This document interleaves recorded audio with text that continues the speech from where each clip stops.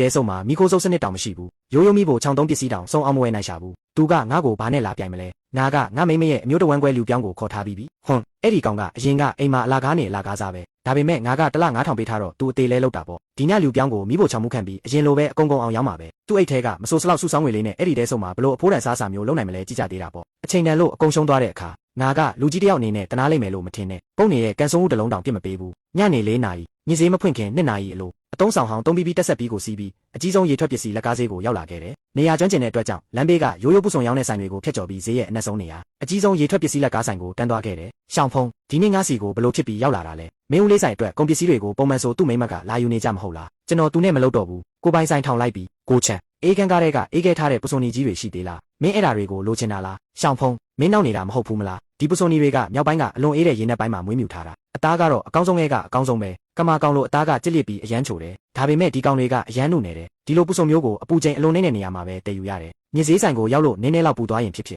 ရေထဲမှာအောက်ဆီဂျင်မလုံလောက်ရင်ဖြစ်10မိနစ်အတွင်းအများကြီးတေကုန်လိမ့်မယ်ပုစုံတေသွားရင်အသားကချက်ချင်းပြော့သွားပြီးနန်းစောလာတတ်တယ်မြို့ထဲကကျင်ငါးပွင့်ဟိုတဲတွေတောင်ဒီပစ္စည်းကိုအလွယ်တကူမကန်ရဲဘူးမြစ်ဈေးဆိုင်ဆိုရင်ဝေးရောမင်းတာကိုယူတာဒုက္ခရှာနေတာမဟုတ်ဘူးလားကိုချန်ကျွန်တော်အနေရရှိတာသိပါတယ်ဒါပေမဲ့ကျွန်တော်စွန့်စားခြင်းနဲ့ခက်ခဲတဲ့အရာမဟုတ်ရင်ကောင်းမွန်တဲ့ဈေးနှုန်းဘယ်လိုရမလဲဒီပုစုံကစီတက်ချက်လို့မရဘူးရေခဲစိန်ပုစုံပဲလုပ်လို့ရတယ်ကျွန်တော်အတွက်ပေါင်900ချန်ထားပေးပါမင်းမှာတော့ခေါင်းမာတဲ့ဇွဲတစ်ခုရှိတာပဲကောင်းပြီပေါင်900လက်ကားဈေးကတပေါင်ကို35ကျပ်မင်းအစင်မပြေဖြစ်သွားရင်တော့အကိုကြီးကတတိမပေးဘူးလို့မပြောနဲ့နော်ကျွန်တော်စရန်ငွေ9000အရင်ပေးပါမယ်ပစ္စည်းရောက်ရင်လမ်းဆုံးကဇရက်မှာချပေးပါအတားစီးတွေကိုချိုးဖျက်ဖို့ပထမဆုံးခြေလမ်းစတင်ခဲ့ပြီးရေခဲစိန်ပုစုံချက်ဖို့အတွက်ပထမဆုံးခြေလမ်းကတော့အချင်းတက်ဖယ်ရှားခြင်းနဲ့နိုးထစေခြင်းဖြစ်တယ်တန့်စင်တဲ့ရေထဲမှာပင်လယ်စားအနှဲငယ်ထည့်ပြီးအောက်ဆီဂျင်ပမာဏအမြောက်များထည့်ပေးရပါမယ်နောက်တစ်ဆင့်ကတော့အသက်ရှင်မလားတင်မလားဆိုတာကိုဆုံးဖြတ်ပေးမယ်အရေးကြီးဆုံးချိန်ပဲအဲ့ဒါကတော့ချိုးဝက်ရေခဲနှက်ဆော့စီကိုကြိုချက်တာပဲဖြစ်တယ်ဒီစရက်ထဲမှာအပြင်းနဲ့လုပ်ငန်းသုံးပြီးဖို့တော့မရှိတော့အားကောင်းတဲ့လျှက်စစ်တန်လိုက်ပြီးဖို့3လုံးကိုသုံးပြီးစတီးပုံးကြီး3ပုံးကိုတီးရတယ်ထည့်လိုက်တာကရေမဟုတ်ပဲအစင်းမြင့်ဟွာကြောင်းရဲ့အပြည့်ပါတဲ့တစ်တာနှလုံးဖြစ်ပြီးနှက်ရည်ကြည်လင်စေဖို့ကောင်းရန်ရက်ဖြူနဲ့ရောဆက်ပြီးအောက်ခံအဖြစ်သုံးထားတာပါနောက်ပြီးကျွန်တော်အိတ်ထဲကနေတေချာထုတ်ပိုးထားတဲ့ပိတ်ဆက်အိတ်လေးတစ်အိတ်ကိုထုတ်လိုက်တယ်ဒါကကျွန်တော်ဖိုးနိုင်ငံပိုင်စားတောက်ဆိုင်ကြီးမှာမပြတ်စားဖို့မူကြီးလုပ်တုန်းကခြံထားခဲ့တဲ့ရှိုးဝက်လက်ရည်မှုဖော်မြူလာပဲဖြစ်တယ်ဒါဟာတစ်ချိန်ကဝမ်းကြံကန်အလိုချင်ဆုံးရာလည်းဖြစ်ခဲ့တယ်တန်ကြရင်အခွင့်6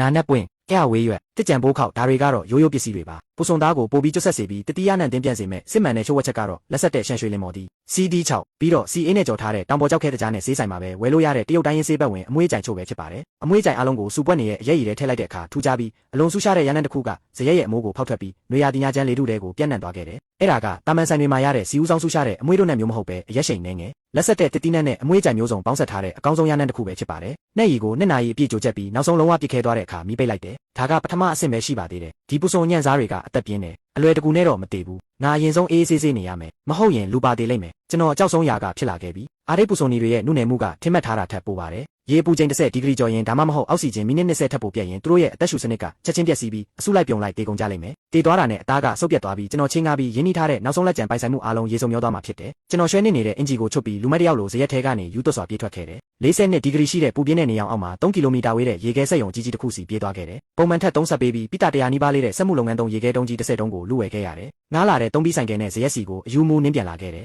မီးမရှိတော့အခြေခံအကျဆုံးကိုထိလက်ရောက်နည်းကိုပဲတုံးရတော့မယ်တန်ချစ်တက်နေတဲ့တန်တူကြီးတစ်ချောင်းကိုကင်ပူပြင်းနေတဲ့ကွန်ကရစ်ကျမ်းပြင်ပေါ်ဒူးထောက်ပြီးပိတာ100လေးတဲ့ရေခဲတုံးတွေကိုတဆစီရိုက်ခွဲခဲ့တယ်ရေခဲစင်တွေကမျက်နှာနဲ့လက်မောင်းပေါ်လာဆင်းပြီးဓာတ်ရလိုအစင်းကြောင်းလေးတွေဖြစ်ကတွေးထွက်ခဲ့ရင်မဲ့နာကျင်မှုကိုလုံးဝမခံစားရဘူးခေါင်းထဲမှာတစ်ခုပဲရှိတယ်အပူချိန်ချရမယ်ရက်ခွဲထားတဲ့ရေခဲတုံးတွေကိုရေကန်ပေးပတ်ပတ်လည်မှာအယူမူပုံထည့်လိုက်တယ်တုတ်ရှည်ကြီးတစ်ချောင်းနဲ့ရေကန်ထဲကရေကိုတစ်ချက်မနာပဲအตาရမွေပေးနေခဲ့တယ်ရေထဲမှာအောက်ဆီဂျင်တက်ပိုးပြောင်းဝင်နိုင်အောင်ရေစီးကြောင်းကိုကိုယ်တိုင်ဖန်တီးပေးတာပါဘက်ဘက်ကရေမွေရင်းညာဘက်ကလည်းအပူချိန်တိုင်းကိရိယာကိုကင်ထားရပြီးဘေးနားမှာရေခဲရိုက်ပြီးအညစ်အကြေးထုတ်နေတဲ့အာတိတ်ပူစုံတွေကိုအမြဲစောင့်ကြည့်နေရတယ်အလွန်အေးတဲ့တန်နဲ့အလွန်ပူတဲ့တန်ကကျွန်တော်ခန္ဓာကိုယ်ပေါ်မှာအလဲကျခံစားနေရတယ်42ဒီဂရီအပူချိန်ကြောင့်တကိုယ်လုံးမိခင်ခံရတယ်လို့ဖြစ်နေရမယ်လက်နှစ်ဖက်ကတော့သူ့ညက်ဒီဂရီရေခဲရေထဲမှာအကြာကြီးနဲ့ထားရလို့နီးရဲခန်းရောင်တန်းနေပြီလက်စစ်တွေရောင်ကိုင်းပြီးအရေပြားတွေကွဲအကုန်နဲ့စိမ့်ထွက်လာတဲ့သွေးစားတွေကရေခဲရေနဲ့ထိမိတဲ့အခါအယိုးထဲထိစိတ်ဝင်အောင်နာကျင်ရပါတယ်48နာရီအပြည့်ကျွန်တော်မျက်စိတမိတ်မမိတ်ခဲ့ရတယ်လို့ရေတငုံတောင်မတောက်နိုင်ခဲ့ဘူးအပူချိန်မြင့်မားတဲ့တတိပေးချက်ပြီးဆုံးသွားပြီးမီးပြန်လာလို့ဝေးလံတဲ့လမ်းမီးတိုင်တွေပြန်လင်းလာတဲ့အခါကျွန်တော်ခြေထောက်တွေပျော့ခွေသွားပြီးရေခဲရေနဲ့စီညစ်ပတ်တွေပေးချန်နေတဲ့ရွှွန့်ချမ်းပြင်ပေါ်တန်းလဲကျသွားခဲ့တယ်